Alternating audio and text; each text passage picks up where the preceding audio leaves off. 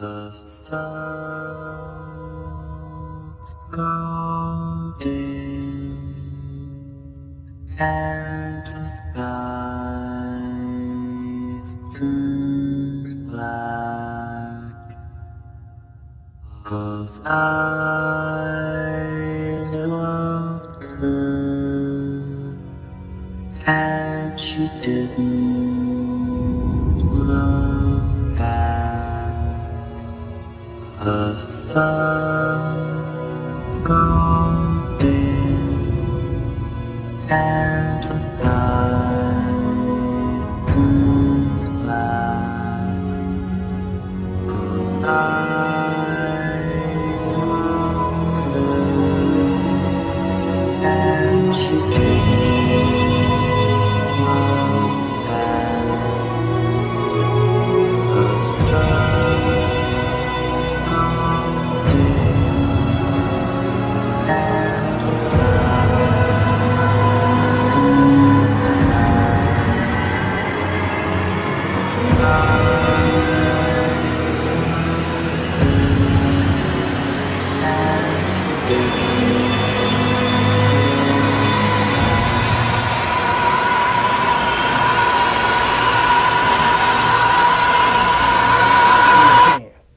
However, at UHF, the energy is off the chart. Melanin becomes a superconductor of electrical magnetic properties and of photonic light. Once again, at UHF level, melanin becomes a superconductor of electromagnetic photonic light. Now, I'm gonna put that back up in a second, but remember I showed you this? This coincides to this again. Now, as the sun emits the energies from Sirius, let's say Sirius is over here, this Orion, here goes Sirius right here. As this energy comes from here, from bam here, to our sun, to our earth, what happens is that our electromagnetic field is decreasing. This is why the depletion of the ozone layer, the sun did that, all right? These monofluorocarbons did not do it, or these aerosol cans that they claimed that was on everybody was spraying in their hair, Afro Sheen and shit back in the 70s, that did not do that. The sun did that.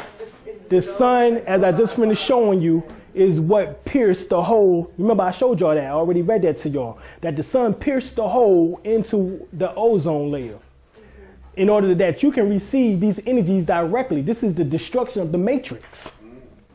Remember, I just finished reading to you about at one time Sirius and the sun, the way in which that the energy was hitting because of the ozone layer, there was a matrix in which that was involved. Now the matrix is no longer there. That was the ozone layer. The ozone layer was the matrix.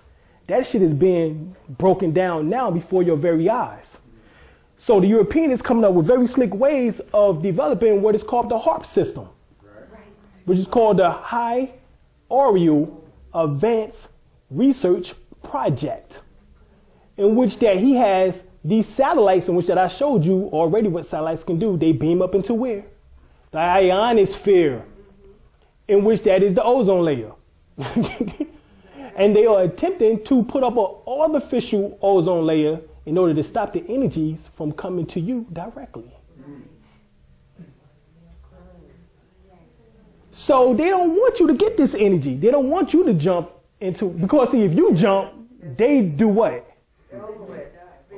Oh, say it again. If you jump, they do what? Retrogress. Oh, okay. Go back to the caves. Go back to the caves. They want to go back to the caves. Do you think they'll be able to do that, to block it? No, right now they're working with approximately 300 billion watts, in which that they're working with the HARP system presently. Just up until a few years ago, they was only working with 100 million watts. Now they're working with over 300 billion watts. So the thing is that they have approximately 72 they have acres, 72 different of these poles and satellites on several acres of over several acres of land. And so what they're attempting to do is beam this energy up into the ionosphere in order to block the transmissions from these stellar constellations, which I'm telling you about where light comes from. So as they attempt to disrupt you manifesting the 12 tribes of Israel, that's what they're attempting to do. Because this energy is going to come from where? I just showed you. Alcheon, the central sun, to Sirius. You know what I'm saying? The constellation, which is Ursa Major, which is the Great Bear constellation. And it's going to come down into our planets to you and change your DNA. So they don't want your DNA changed. Because if you mutate, then damn, they mutate. And they don't mutate pretty. You will, because you have the ability in order to take the energy from these star constellations and transform them into super electrical conduction. Yes.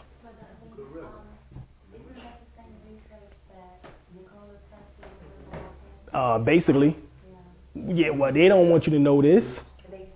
I'm not going to say that this is Nikola Tesla's information. This is encoded in my DNA. That's why we was able to break this code, because it's been suppressed. And, you know, and I was like, well, hold up, they got to be, hold up, what is really going on here? I'm hearing all these speakers, and I'm like, well, hold up. You know what I'm saying? You know, I'm seeing part here, and I'm like, well, hold up. All right, how the hell the white man going to get off the planet? What is going to be, you know what I'm saying? I'm hearing all these speakers saying the white man is going to go, he's going to get off the planet. I'm not hearing how the hell he's supposed to be going. All right. How the hell he's supposed to be getting the fuck up off here? Brother Lane. Yes. How does that tie into the fallen angels? Because these are fallen angles of light in which that is bombarding you in order to raise you back up. Well, I'm getting ready to get to that right now. All right. So we have VHF and we have UHF. Now, as the Earth electromagnetic field decreases,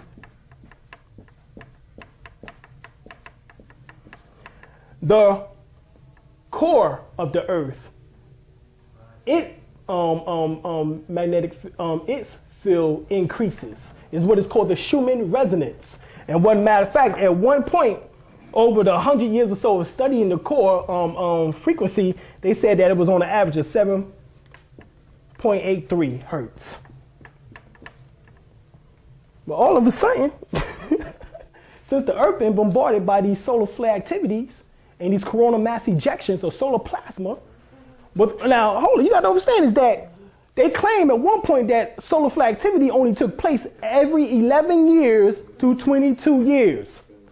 But damn, the one that we currently in been going on ever since 1996. Something has changed. Hold up, how is it that when El Nino came in March of 1996, and the word El Nino means the Christ child, and it changed, you know, and it came in. Thank you. Everybody got a good look at this? All right. Huh? Oh, you didn't see it? Oh, okay. Pass this over this for me there. All right. Now, so the third dimension is where? Is within the span of the colors in which that you are now presently seeing, touching, tasting, smelling, and hearing. In other words, what you now presently use your five senses for. That is what produces the color manifestation, or is the effect of the color manifestation, or your senses. Now, what happens if you expand your senses? Well, they have a name for that too. It's called extrasensory perception, or ESP. So what happens is when the Schumann resonance from 7.83 hertz, and which is now currently hovering at, is at 13 hertz. Remember, I told you from channel 2 to channel 13 was VHF, which is very high frequency, which is what produces the reality in which that we presently live in. However, at UHF, 14 hertz to 83 hertz will become the phenomenon. So as the Schumann resonance jumps from 13 hertz, which is presently at, and as we go into the full-time belt and it jumps from 13 to 14 hertz, where we go to? ultra high frequency. And melanin would no longer have an energy gap in it. Melanin will become a superconductor of electromagnetic properties. In other words, you will be able to take all the span spectrums of all the rays of light that I just showed you on this paper, from cosmic rays down to electrical rays, and transform them and transmute them into any way, shape, form, and fashion that you choose to. Everybody follow me so far? Okay. Now you see the reason why we had to do some reading first, right? All right. Now check this out. So this present matrix is being destroyed. The Earth electromagnetic field is lowering, and the Earth, which is the human resonance, or the Kundalini energy of the Earth's human resonance, is increasing. According to the Olmec calendar, that both, which is the Olmec calendar, which you know they call it the Mayan, the Aztec, the Incas calendar, you know, but it's the Olmec calendar. When it reaches 14 hertz and the electromagnetic field of the Earth decreases, which is now presently at 1.3 hertz, and it goes to 0, and then it reaches 14 hertz, you go into what is called 0 point. So by extrapolation, if you then look at all these different ancient prophecies, they all speak about a so-called coming golden age. But one of the very interesting things that I found was a scholarly work by H.C. Baldry called Who Invented the Golden Age? And in a way, I'm kind of spoiling the punchline of my book here, but that's okay. There's a lot of really great data in there. You'll be back before then. But this is what really blew me away, because when I did this research, I found out that the two words that are used for Golden Age are Saeclas, S-A-E-C-L-A-S, and Aetas, A-E-T-A-S.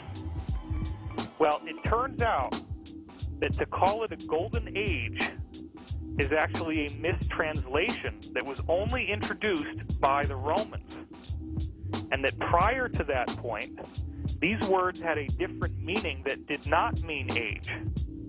The original meaning, and get a load of this, I mean, I couldn't believe it when I heard this. The original meaning is golden race, not golden age.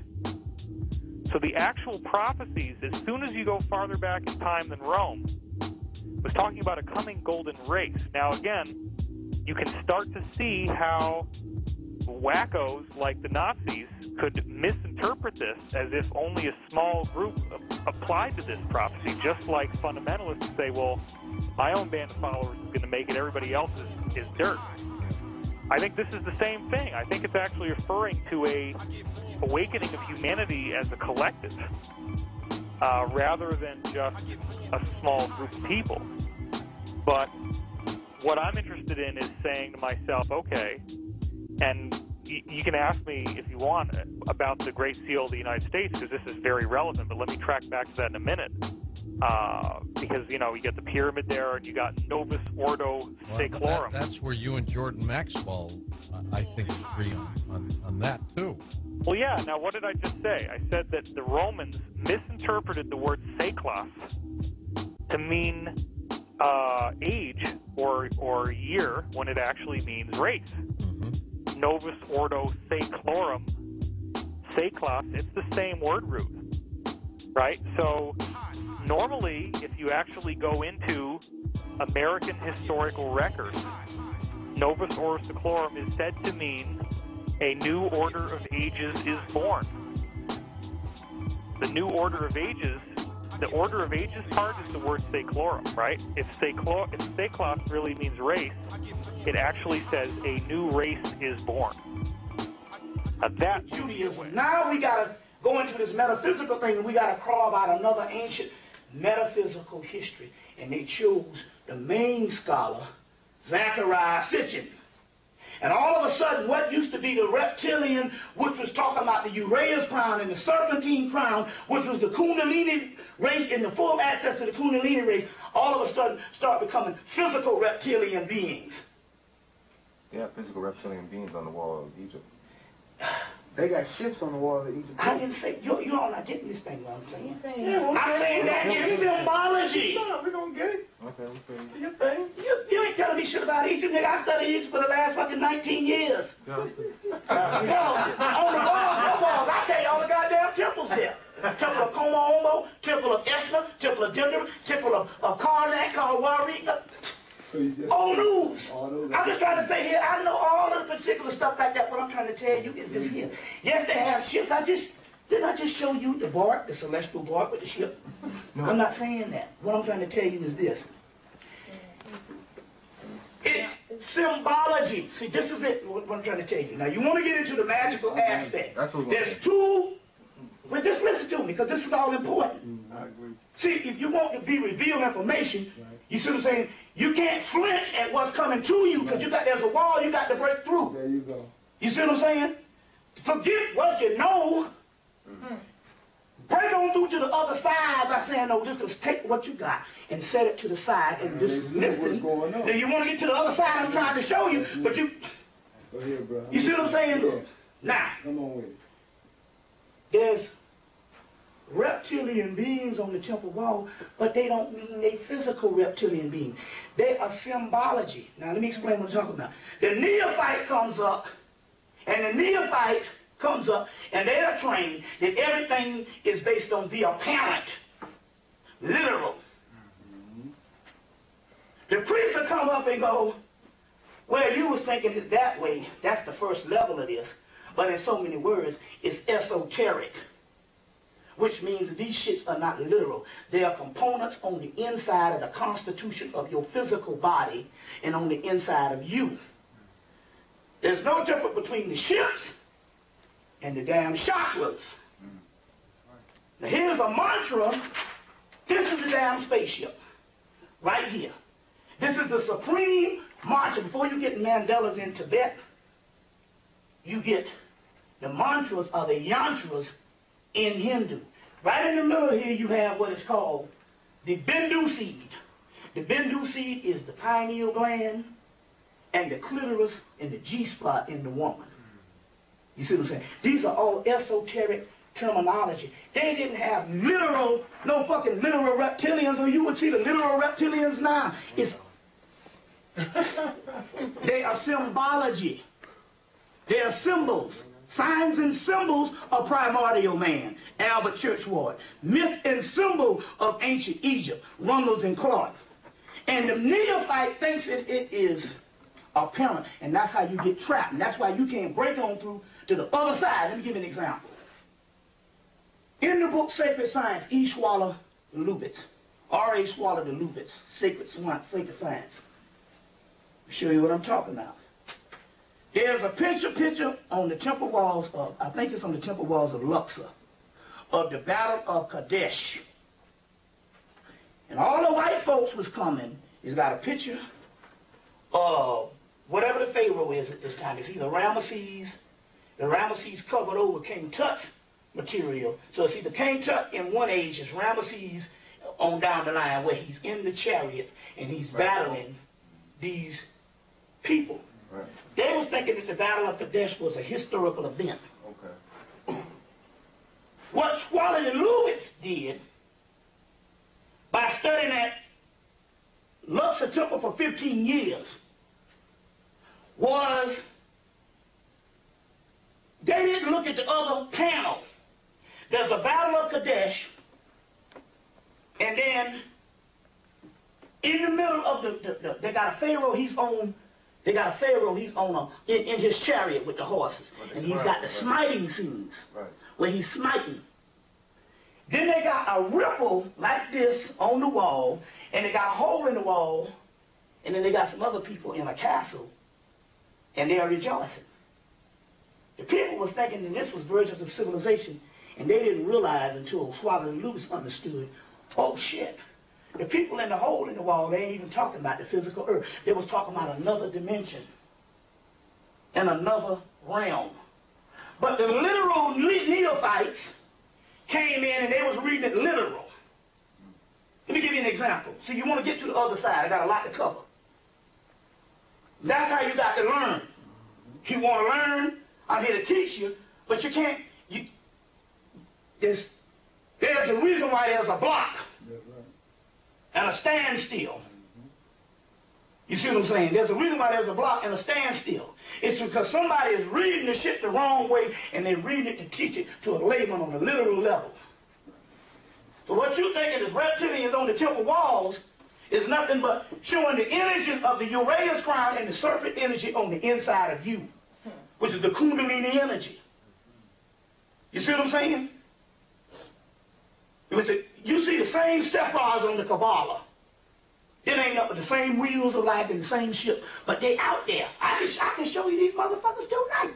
We got a clear sky. Goddamn it, we don't see some ships tonight. But if you're looking for some physical tin can, you're not gonna see it. Yeah, you had to back that one up. I'm gonna wait to see that. And there's no big problem. Hell, I backed it up with 200 motherfucking people in Brooklyn, New York. I got the damn tape. I was at the slave theater. I said, when we get out of here tonight, we're gonna see the ship. Now, I was in Brooklyn, New York. This was 2 years after I started. Had I not produced that goddamn ship, I wouldn't have been able to lecture no more. Well, we want to see the ship. Yeah, see what I'm saying? I wouldn't have, that ain't nothing. I got the video camera. I wouldn't have been able to lecture no more. But I got another film when I was in Harlem the next night, and everybody was bearing witness. You see, it's just out there. You just don't know what you're looking at. You just got to know how to spot them. And once you know how to spot them, you see them all the time. You see what I'm saying? Now, the point I'm trying to make here is, it's just like Faulkner. When they started dealing with Kemet, the first thing the people said was, the Egyptians didn't know their religion. This is the arrogance of the Germans. You see what I'm saying? This guy, Adolf Ehrman, the arrogance. It was Faulkner that came around after years and said, hey, look. Because what they were seeing contradictions in the text. They were seeing shit that, nature that didn't make no sense. They were seeing stuff that is straight out wrong. And Adolf Ehrman said, oh, I get it now. They was purposely building in mistakes inside of the religion because that's how nature is. Anything that is smoothed off and is repetitiously the same is artificial. They was looking at the patterns in the chaos. And they know that there's no greater blade of grass that grows the same way. So when you go to Rome and Greece, you will see the columns, they're all even. But when you come to some parts in Kemet, they got columns like this, and columns like that. They said, what kind of crazy people is this? No, these people was copying the lotus that grow out of the marshes of the swamps. And none of them grow the same size. You see what I'm saying? No. So the concept here is, you're talking about magic. The first concept of magic here is, never think on the apparent. It's not literal. You see what I'm saying? It's not literal. Now, I done did every damn ritual known to fucking man. And I done had every damn thing show up. But ain't no bug-eyed green people from no other motherfucking planet showing up. So you say, well, wait a minute. We see the planets out there. How you can say they're not real? Well, you see the trees out there. You see the mountains out there. You see the river and the ocean. And based on the Matrix, they ain't real either. They're Maya and illusion. The same thing with that universe out there. It's one holographic universe, which is universe A, which is called the petty universe. Universe B is called the real universe that we have been separated from in this thing called creation. You see, creation is a botched job by a subordinate deity that broke away from the Great Mother. Now in the Dogon, they call it Alma, which is, Alma is actually feminine principle. It's just a matter of the culture, because they were breaking it from Amun Ra, as Diop says. But the Dogon culture, they talk about Ogu broke away, and Ogu was halfway formed in his mother's womb before he tore out the side. Well, in the Gnostic scriptures still coming out of Kemet, Pharaonic thought is this entity, Adaldabrath, broke away from his mother before he was formed and went and set up a universe of his own, but because he wasn't formed all the way, he botched the job. So creation is a botched job that is not really finished yet. The fourth eclogue was then quoted from by the founding fathers. So somehow, the founding fathers of the United States of America quoted from this religious text that was channeled by this crazy lady called the Sybil of Cumae, who was basically getting high off of volcanic gas and then going into this state where she would utter prophecies like Nostradamus that were very, very accurate. These prophecies literally speak of, now this is what blows me away so much, and this is the big punchline, really. You look at the Great Seal of the United States, you find out that Charles Thompson was quoting from this prophet. And it turns out that the prophecy says that these extraterrestrial kingdoms of gods will return to the earth, which are called the Virgin and the Saturnian kingdoms, and that the so-called, and it actually says this, the Golden One shall arise again in the whole earth. Now, to me, if you step back, I was gobsmacked when I found out that my country, the United States of America, secretly encoded on the back of the dollar bill a pyramid with an eye in the triangle on the top. And that on the top it says Annuit Septis, again meaning the great year begins, whatever that means, the beginning of something new. Novus Ordo Seclorum on the bottom, which is a direct quote that says that this thing is going to happen to the earth where these gods return and where people become golden in some way, where they actually transform, and it describes a monumental shift. So whenever you find the 10 spears on the tree of life, you will find that that all coincides with the fact of the sexual act itself. And you will find that in regards to that the Kundalini energy originally for the pharaohs, now the word pharaoh didn't come into existence until the 15th dynasty with the Hyksos. Before that, they called the gods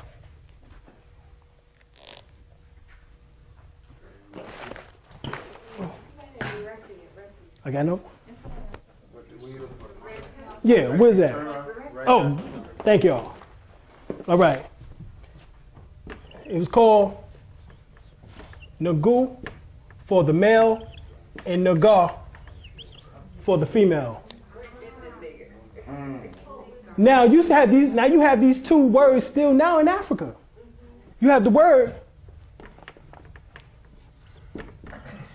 Niger, or Niger as they call it, and Nigeria.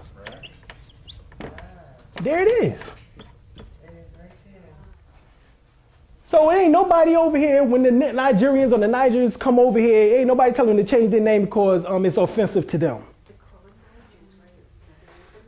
You ever heard somebody say, see, you shouldn't call yourself a nigger because you got the word nigger in the word. You know, you shouldn't say I'm Nigerian because, you know, I'm over here. You know, that's very offensive to us niggers.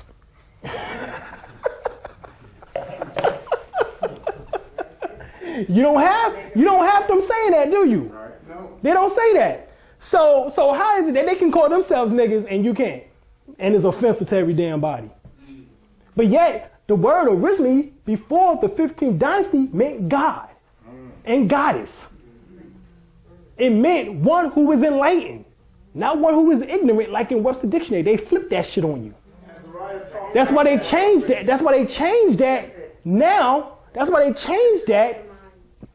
Right, that's why they changed the dictionary to now just say the word nigga means black folks. Right, right. Only thing they do before, when I was coming up, it says that the word nigga meant one who was ignorant. That's true. That's true. Now they took that part out because now they knew that we woke the hell up to the word. Oh shit, the niggas got it. They know what this really means.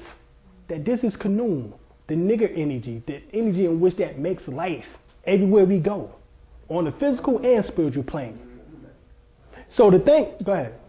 So my question is that I have a thing with young people because they're always calling my nigga, your nigga. Right, right. Only thing they're doing is I have the understanding that nigger is like an offensive thing because of what happened to I know. From what people did to us. Now check this out. Used it, you know, for this and all this and so what I want to cut to the chase is when my sons and them call themselves nigger, should I embrace them? Tell them the signs of it, just like I'm doing. Well, I'm gonna And so this is, now check this out.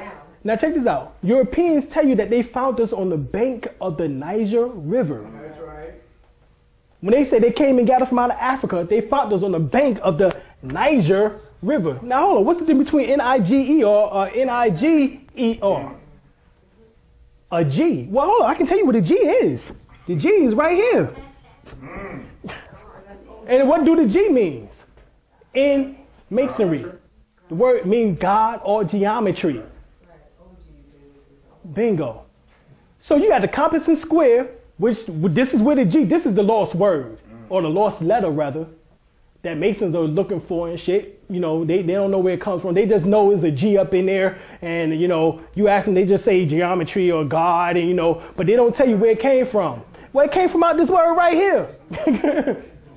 In which that makes you the word nigga. And then you got the word negar, you got the word nigga, in which you get the word nepheru, cause the B became a G and the H became a G, and what you get?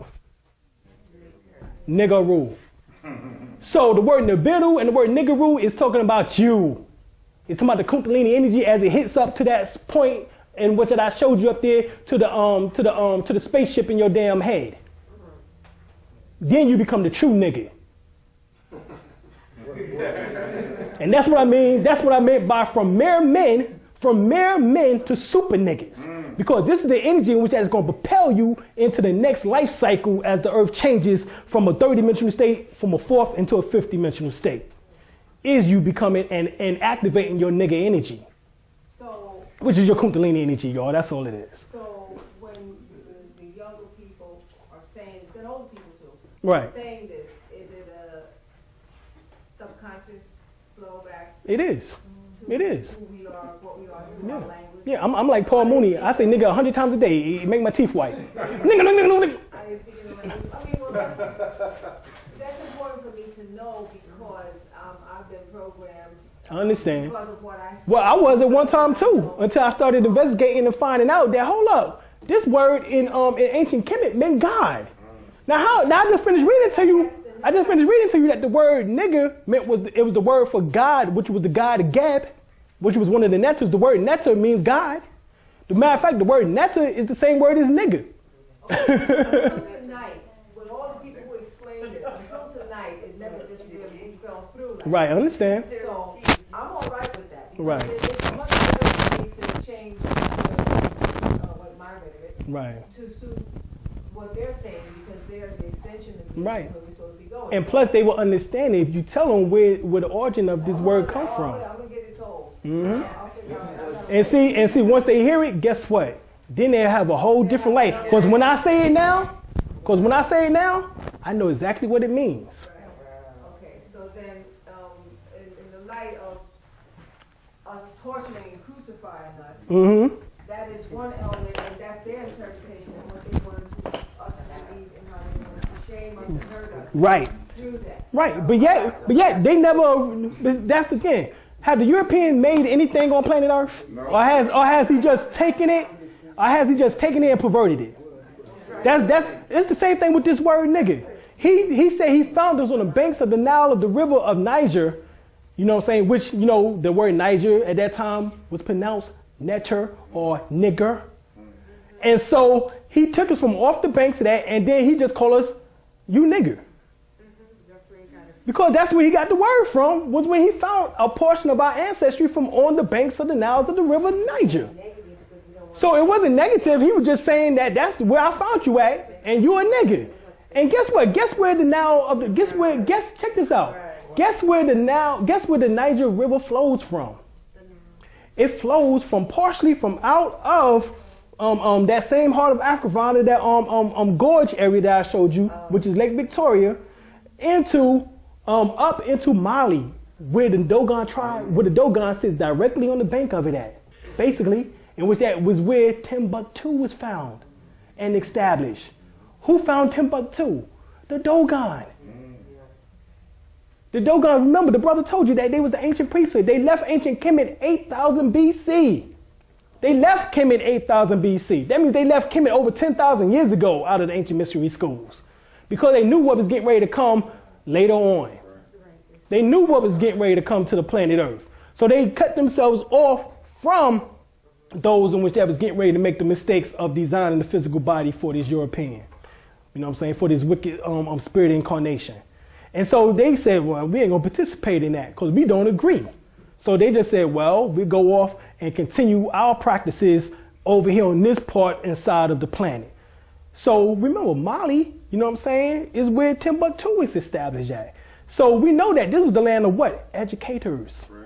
So that means that the European, when he came in and found us on the banks and Niles of the river, he didn't find motherfuckers in no damn jungle. He didn't find us swinging for no tree talking about some damn unga bunga. Right.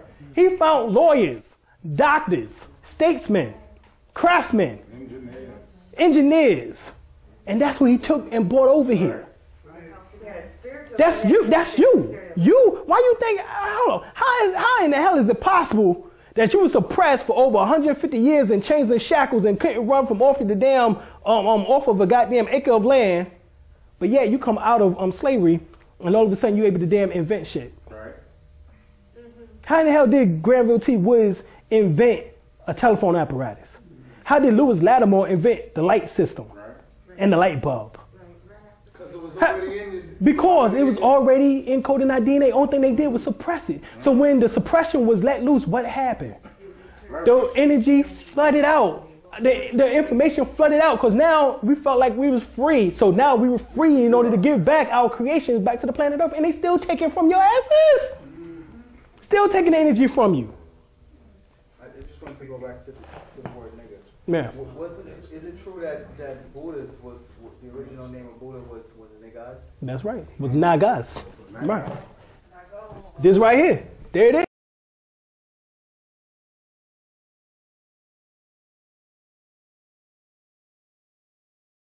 I won't deny it. I'm a straight rider. You don't wanna fuck with me. Got the police busting at me, but they can't do nothing to me. Let's get ready to rumble. Really go on in the mind like the police busting get down for this, but they can't constantly. Money over bitch decide. I'm just stroking my rider. You don't wanna fuck with me. Stand up and got the police crossing me. My ambitions as a rider. My ambitions as a rider. So many battlefield scars while driven in plush cars. This life is a rap star. It's nothing without